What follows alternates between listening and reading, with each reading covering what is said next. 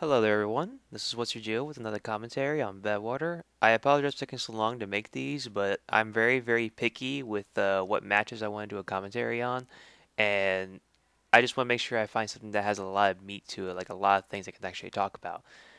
And there's actually a lot of great things here I could discuss. I do make a lot of mistakes, but part of the thing that comes from talking about your mistakes and why you chose to make them is that it helps you learn as a player and it helps other people learn as well when you post it on YouTube or whatever. So it's a win-win situation really. And since it's on Badwater, it's fucking awesome because everybody loves Badwater. Pretty much every spy I know loves Badwater and for good reason. So let's go ahead and take a look at the roster real quick because we pretty much change our roster every single season. And most of that's because, people leave or they go to play sixes, they come back, etc., etc. And we just had a hard time finding the right kind of players to fit our various play styles. And this season, I think we all kind of share a common uh, trend in the way we play. We all kind of like adapt very quickly. We all are very aggressive, and we all kind of have. I'm really not trying to brag, but we all do really have good DM. All the players that we have a really good DM, and we really do work together really well. And that's part of the reason why we're doing so much better this season. We haven't had a season like this since season six, and part of the reason because of that we had players before that the DM was good, but the play style was very different. Like some people were more passive than others, some were more aggressive, etc. And this season we really kind of had the right mesh of people playing together. We have Ben on Scout, Star Knight on Soldier, Ice Dog on Pyro, Game Master on Engineer, Dreadnought on Demo, Frog on Heavy, Pun on Medic, Steve on Sniper, and I don't know, some kind of spy. I don't know who he is. But anyway. But yeah, we really do have. I really do like this lineup, and I really do think we're going to do fantastic this season. Really, the only thing I think we're going to have a small problem with is Haunt. And by the time I upload this, we've already played Haunt, so I'm hoping that we're going to do well. But either way, let's go get started with the commentary. We'll start with round one. Alright, so my basic plan of action for offense is to kill the sniper, so that way our sniper can get some free reign on their engineer, and if he kills the engineer, that gives me room to go in and then set the sentry gun, and then we get the first point. So I'm going to go through tunnel, and that's usually a good place for me to go because A, there's very few instances where there's been people down there, and B, when I decloak down there, by the time I get to the end of the tunnel and get right underneath the cliff, um, my cloak mirror should be at full, so it's really one of the better spots to go. In this case, Dreadnought decided to bomb their sentry.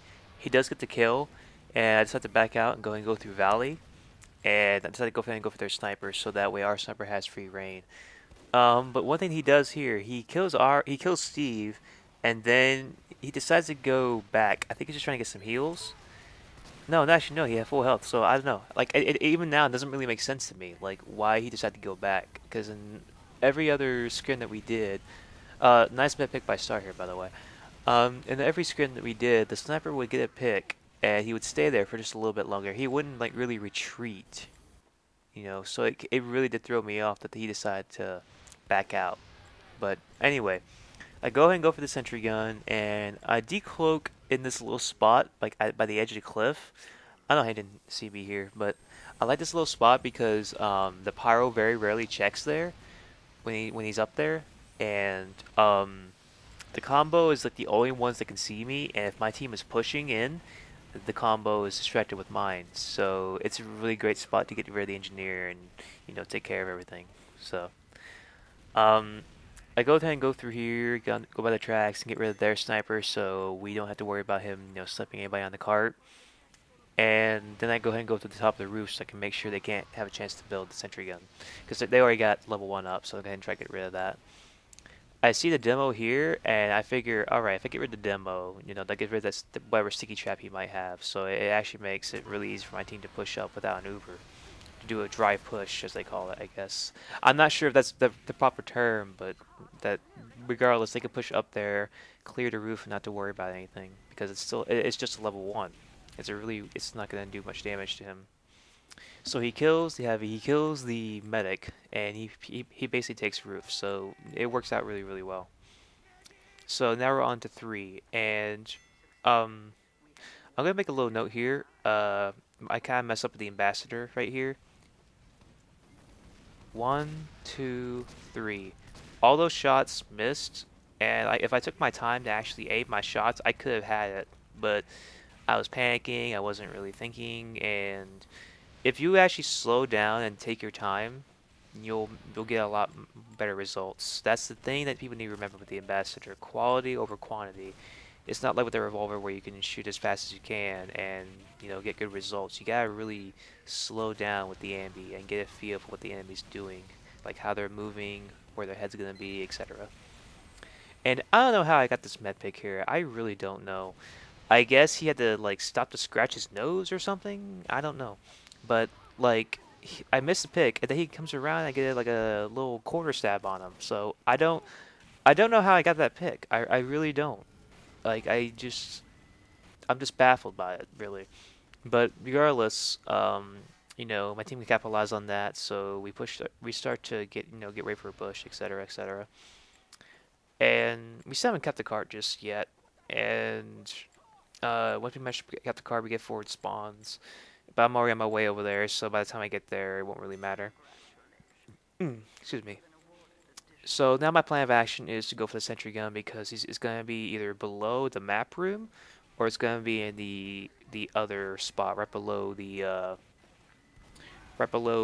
sniper house, as I call it. That house right there that says crunchy on it. I call it's usually where you find a sniper just peeking through the window. So if you go, usually there's a sentry gun under there, or there's one by the corner staircase, or there's one under map room. In this case, it's right under map room. So, because I checked the usual spot first, and it happened to be here. So I get rid of the engineer, snap the gun, and we should start clearing the point out. And in the mumble they're telling me go spawn camp, go spawn camp. So Drake goes to camp the lower spawn, and I camp the top. Uh, and I don't really get anything here for a while, but then I managed to get a demo pick. And I think that actually really, really helped out my team because if I didn't get that demo pick, he would have been easily able to spam stickies and kill quite a few people. So I think that really worked out quite well. Um, getting a demo was a good move on my part, I think. And here's another instance of me not using the ambassador properly. Too many shots, and I could have just taken my time and try to line them up. If I took my time, I would have had a lot much more better results. But I was panicking, I was under pressure, and it's match day, so you're gonna be under a little bit of pressure. But try to relax. Just try to take your time, breathe easy, and just go for the head. Just don't think about firing as fast as you can. Just think about trying to get that one headshot so you can debuff them and make them weaker, or just finish them off from a distance, whatever you choose to do.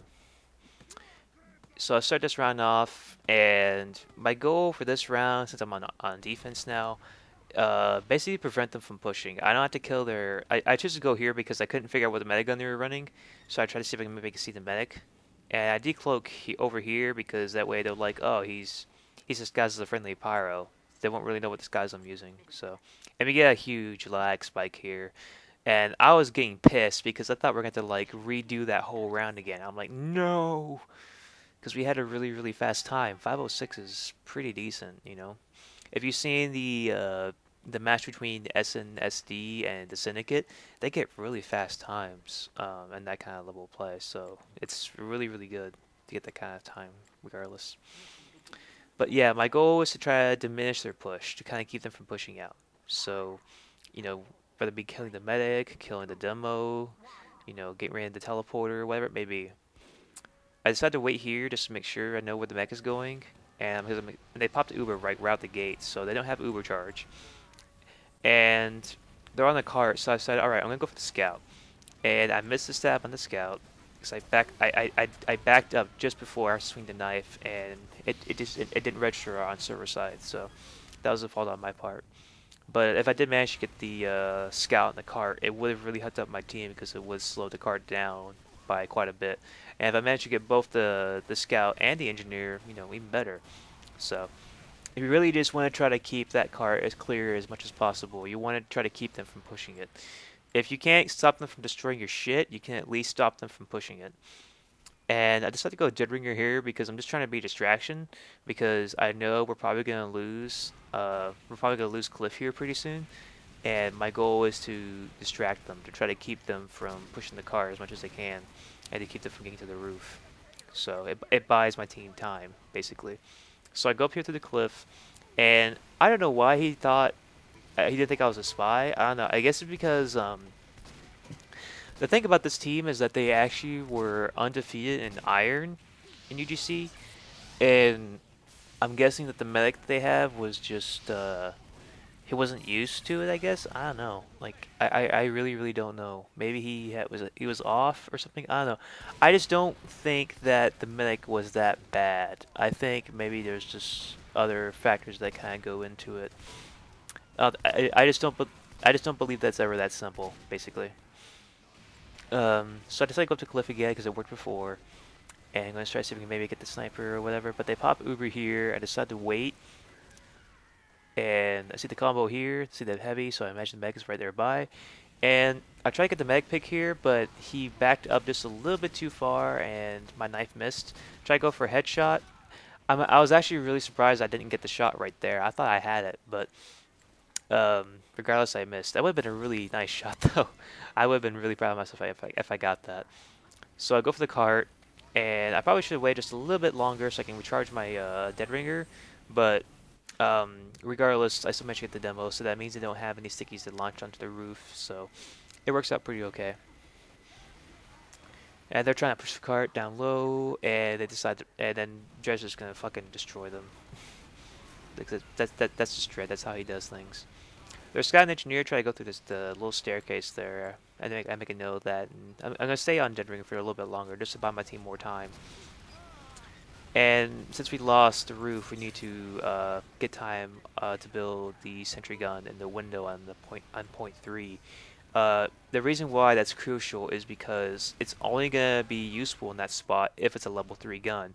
If it's a level 2 or a level 1, it won't be tall enough to look through the window, so it won't really do your team any good to set it up there. I think we decided not to. I don't really remember. Oh, never mind. There goes sentry gun. So no matter. But since I'm already behind their lines, I figure might as well try to try and go for the cart.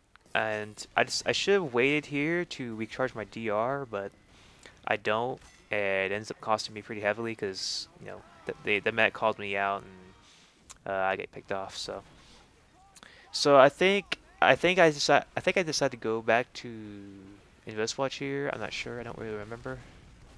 No, I know. I stay on Dead Ringer for a little bit longer. I decided to go like just kind of keep him busy in map room. I think because they're already pushing up pretty heavily, and the that's the thing that I like about Pun. He'll run crits, and the enemy team just completely does not expect it. And when he puts it away, he puts it away for good, and he'll just pull it out when the time is right. But I decided to sit up here for a little bit. They're pushing the cart, so I push forward. Missed the sniper pick, but I get the heavy. And I could have gotten the pyro pick if I wasn't using Spycicle. But that's the thing with that's the trade-off you make. You get more survivability with the Spycicle, but you get less picking power. And it's actually a very similar contrast with the Dead Ringer versus Viswatch. You get a lot more survivability with the Dead Ringer, but you get less picking power with the Dead Ringer as well. So it's really just a matter of whether or not you want to get kills or do you want to stay alive as long as possible so you can, maybe you can either distract the enemy team or do some crazy stuff. And I go with turn reward here to kind of, get a few picks on the cart.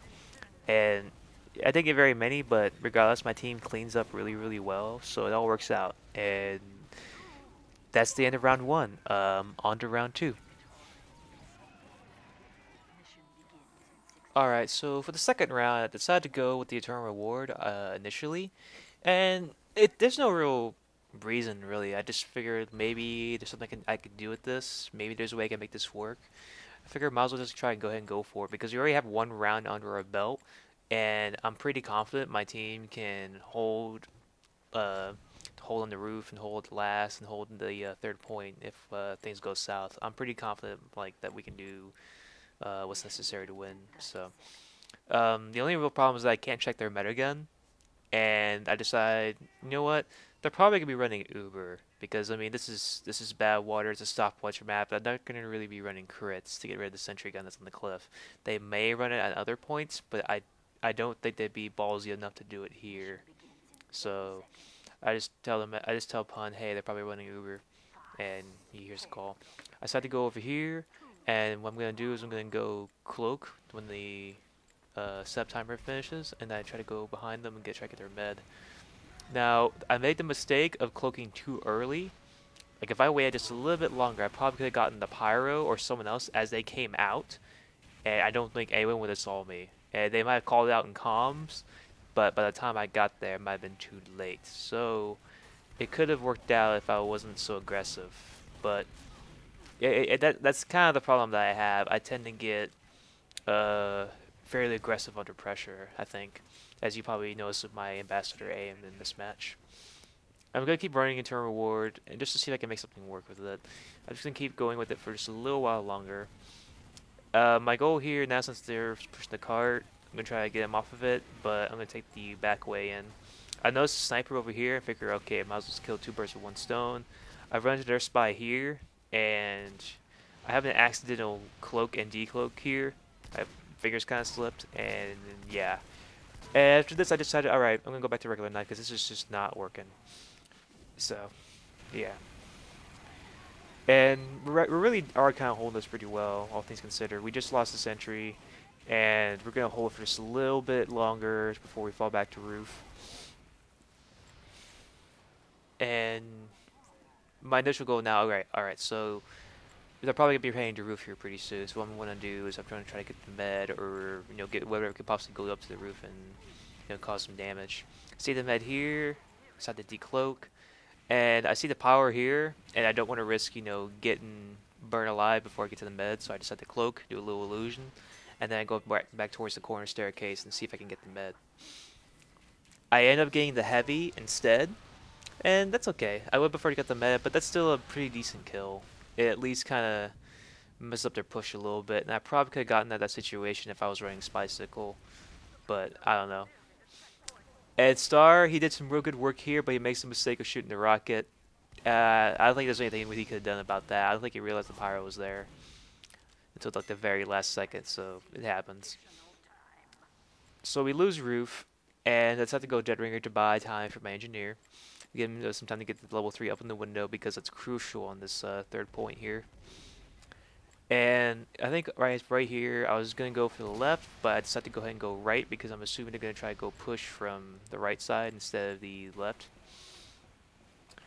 But I go behind their lines, run to the pyro here, and I decided to fall back a little bit, get an ambassador headshot on the pyro.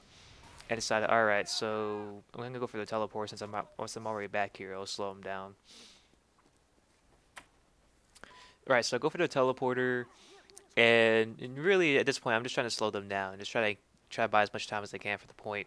I don't know why he didn't like flame me. I guess he thought I was an ally spy trying to go for the telly and get on it, but I don't know. I messed up the shot here, and I could have had the sniper, but oh well. At least I got rid of the teleporter, so that slows them down just a little bit. They still haven't captured third yet, so they don't have forward spawns yet. That buys Game Master some time to get set up.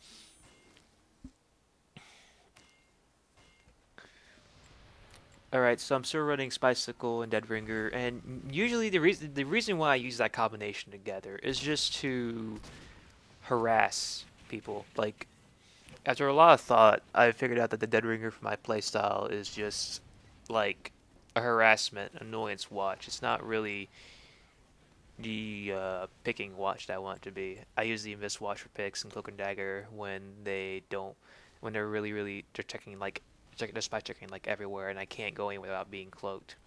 So I use the Cloak and Dagger for that, or to get intel. Then I get the soldier here and decide that alright, that's not really that great of a pick. They'll probably be pushing from the little middle house instead, so I decided to go ahead and go behind them. But yeah, like the Dead Ringer really isn't like that great for my playstyle. I know other spies can use it well, but I don't know. I just don't see too many benefits from it. Like as far as just usual play, I just use it to harass people. I just use it to be the most obnoxious person in the world. That's pretty much all I do with it. Plus, the spy sickle allows me to shed flame, so it keeps me alive and allows me to kind of stay alive long enough to, you know, keep presence essentially. That's one of the main. Right here, I should have sapped the mini, but I was afraid they're gonna call me out, and then I'd probably lose the pick. But I still managed to get the sniper, so I probably could have gotten away with a mech headshot, like just hitting over the ambassador. But I don't know. I just didn't want to risk losing both picks instead of just getting one or the other. So, but yeah, like DL, who was a competitive player, he played sixes and he played scout and soldier. He tells me that the Dead Ringer is generally used to kind of maintain a presence, and I see exactly what he means. That's generally what I use it for. I don't really use it as my main watch. I don't know why this heavy came up here. It kind of threw me off because I wasn't expecting the heavy to roam. I figured he'd just stay in the cart, but for a reason this season, I'm doing like a lot of roaming heavies. Like you'll see him do it again later on in the match. Like I don't know, maybe that's just like some kind of secret meeting where all like the UGC heavies decide, all right, we're just gonna roam this season. We don't give a fuck anymore. I don't know. Either way though, I changed to Invis Watch because wasn't getting much done with the Dead Ringer. So my goal now is just to get picks. I see the medic and the demo here, and decide to cloak behind right here. And that's actually a pretty good spot. Like I managed to get the med pick there. That's usually a good place for me to decloak. Those little pipes that are there. It's actually a pretty good, nice spot to be right there next to the enemy, but they don't really check there. I run to the engineer here. I bump into him, so I decide, all right, I'm just gonna go behind up here. I don't want to try to get too aggressive because he already knows I'm there. The mech's Uber reset. I was trying to go for mech again, just to kind of keep him busy, but the pyro saw me and I said, all right, no, I was going for the teleporter. Forget it. So accept the telly, get rid of it. And then once I get rid of it, I'll just go ahead and go back to the front lines and try to get some picks. That's really all I do on defense is just destroy their resources. That's really all you should be doing when it comes to stopwatch. You want to try to delay them as much as possible. It's not necessarily about getting a lot of kills unless the medics are already down and the teleporter's down and you got nothing else to do. You want to delay their push as much as possible. You want to keep them busy. And if your teammates are doing what they should be doing, you don't need to worry about getting kills. Like they can handle all the grunt work. Like Dread and Frog they can kill just about everything out there, so I don't need to worry about getting too many kills. Get the soldier, and I try to go for a pyro headshot, but missed a shot just by a hair. Hitting someone from behind with the ambassador has always kind of been hard for me, unless it's like a sniper or an engineer or the medic where you can clearly see their head. But for classes like demo and soldier and pyro, their head's in a weird spot for a reason. I get the medic and I get the sniper. I get killed by the middle mini sentry again, but it doesn't really matter. As long as you get some good picks, your KD doesn't really mean shit. It's all about making sure that your team wins. Your support class, play like one, essentially. And Iceland does a lot of really good work here. He pretty much reflected all the spam back away from the sentry gun. He did his work. He did his job very, very well on this map. Massive props to him. See the heavy here. Decided to go for the pipes again. Decloak a neutral spot, and if you can hear that, that's Avast. Sorry about that. So I decloak by the pipes. See the sniper here in the demo. I was expecting the demo to come back. Like I was expecting them to come like straight back, but I missed the pick. But I managed to get the sniper anyway, so that's alright. And like I said before, I started doing work. Just reflecting all that spam. He's trying to air burst them too, but it's not really working. It's not getting anywhere near the gun. So, yeah, Iceslug, massive props to you, man. You did a great job this match.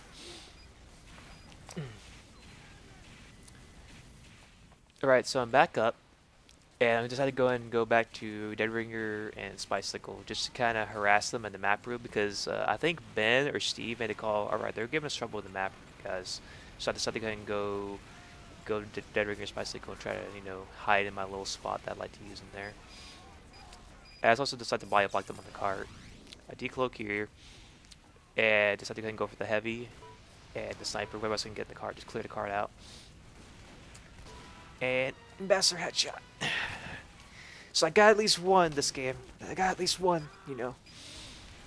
But yeah, I was really disappointed with my aim this whole entire match. Like, I could have done a lot better, but it's just one of those days where, you know, your aim is just off. Everybody has those days, I suppose, but I don't know.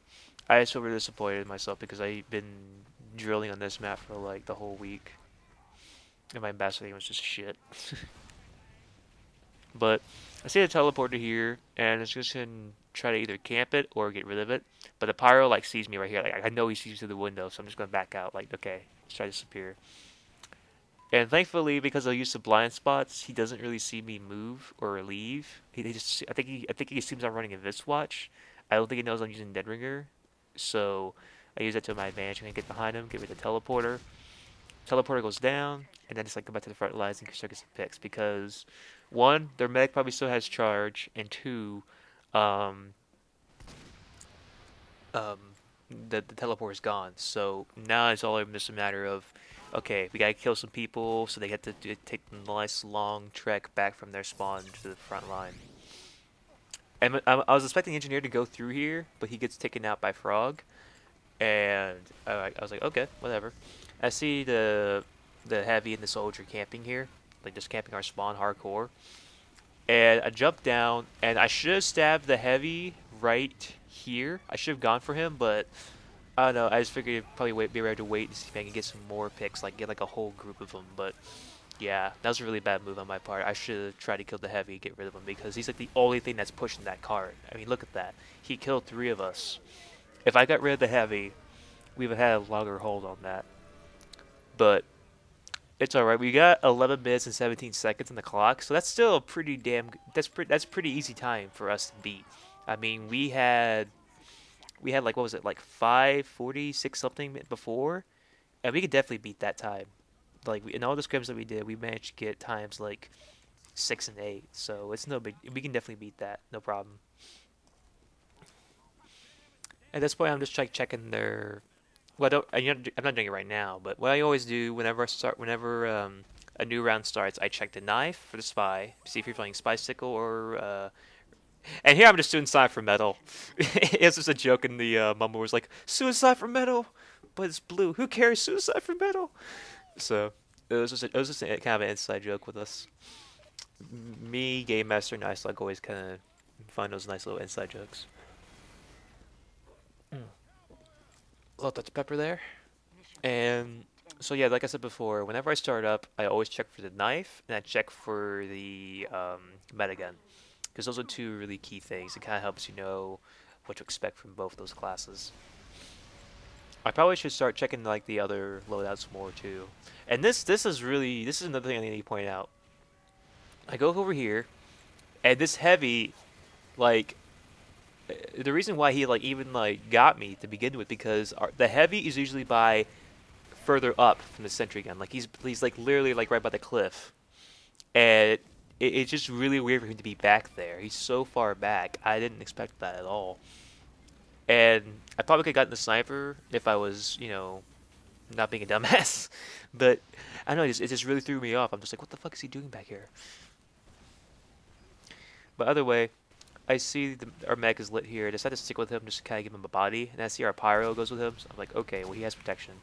I see the enemy power here, and I decided to, alright, I gotta put this guy down if I can, because I don't want him to get too close to our bed. A game master just, picks up the slack like a boss. And I think the comms are like calling after the sentry gun. And I'm like, hold on, I'll get it. So I go up here, and the heavy just like he literally just like finds me again. Like, I don't know what the heck this heavy's deal is. Like, he has a knack for fighting me. I don't know, maybe like in higher level play that's like a common thing, but like for silver division, it's not really all that common for the heavy to be able to do it on the spy checking. It was really weird. And I caught the spy engineer right here. He's on the cliff. And they take care of him pretty easily.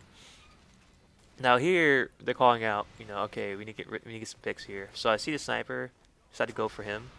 And I get taken out by the scout. I didn't really. I probably could have gotten a headshot on it, but no. The thing about scouts is that you got to get the ambush on them.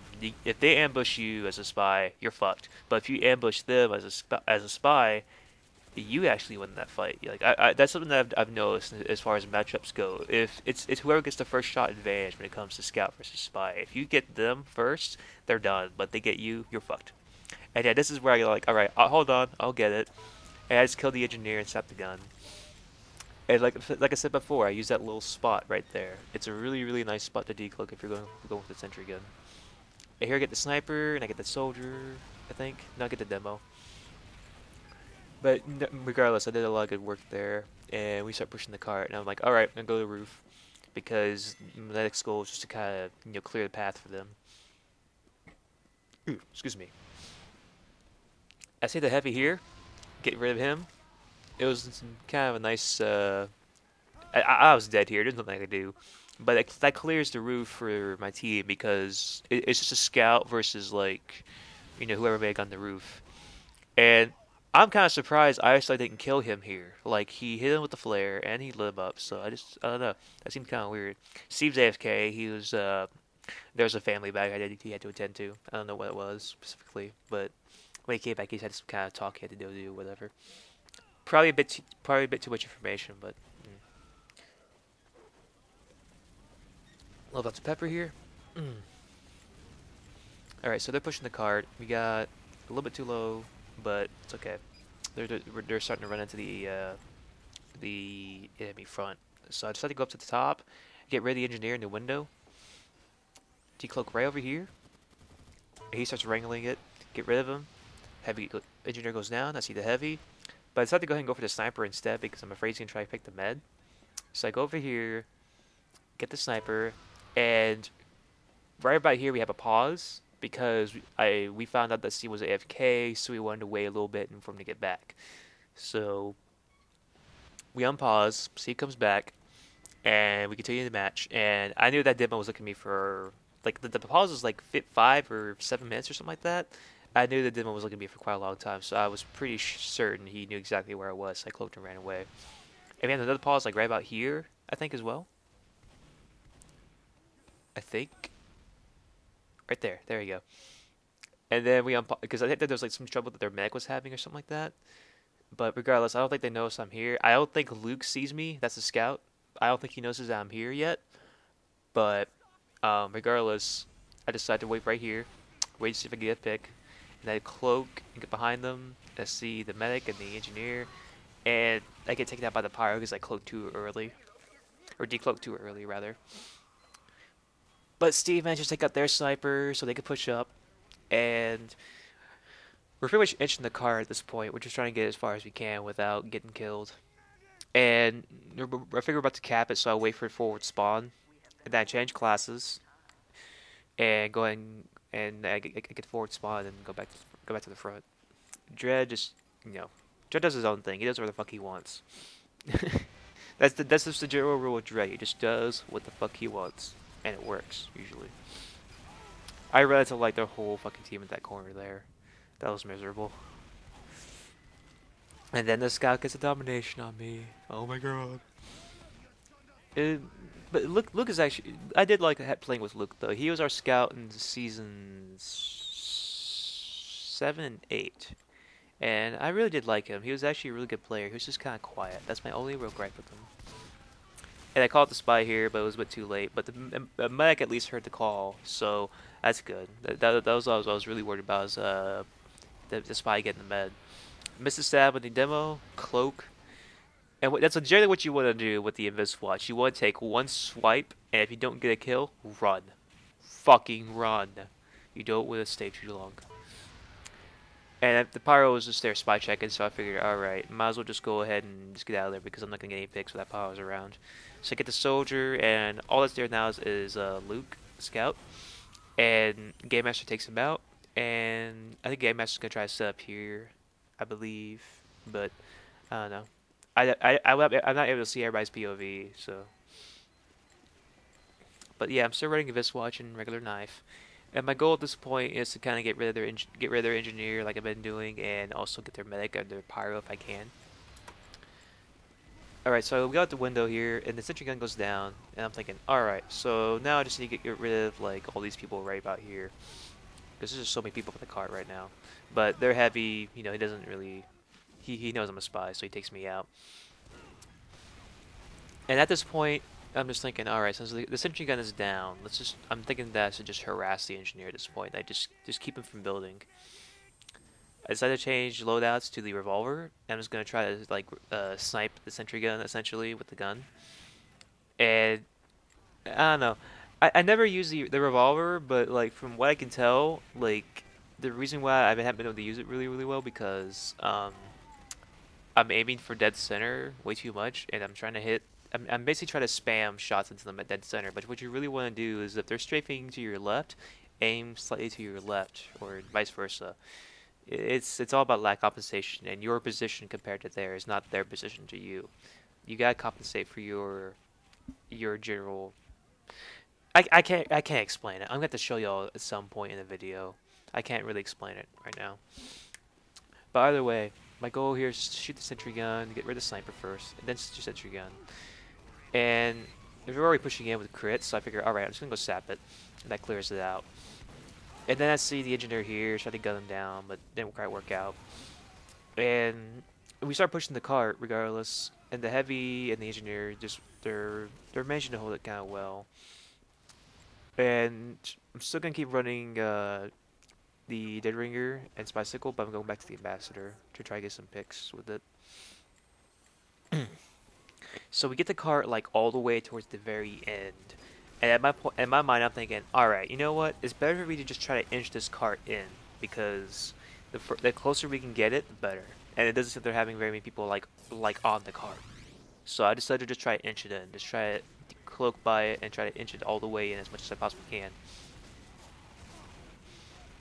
And yeah, I'm gonna get killed a lot, but it helps my team because it keeps the cart from moving back, and that's the main thing I'm worried about is the cart is gonna start moving backward, and then we're fucked. So I do it again, and my goal is the same as before, to uh, to just Instacart in before it resets. I got 8 seconds before it resets, so I'm just gonna try to go over and get near it and try to keep it in the same position that it is now. And here's the big thing that I want to point out here. I may die right about here, but Game Master does something that's pretty fucking awesome.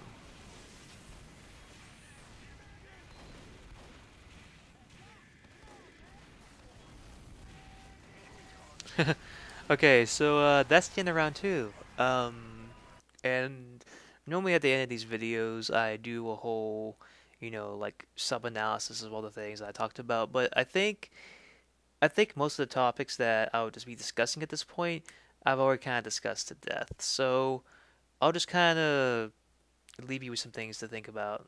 Not really anything particularly to do with the things that I did in the video, but just kind of some things that um, brain food essentially, like things I want you to kind of think about when you play.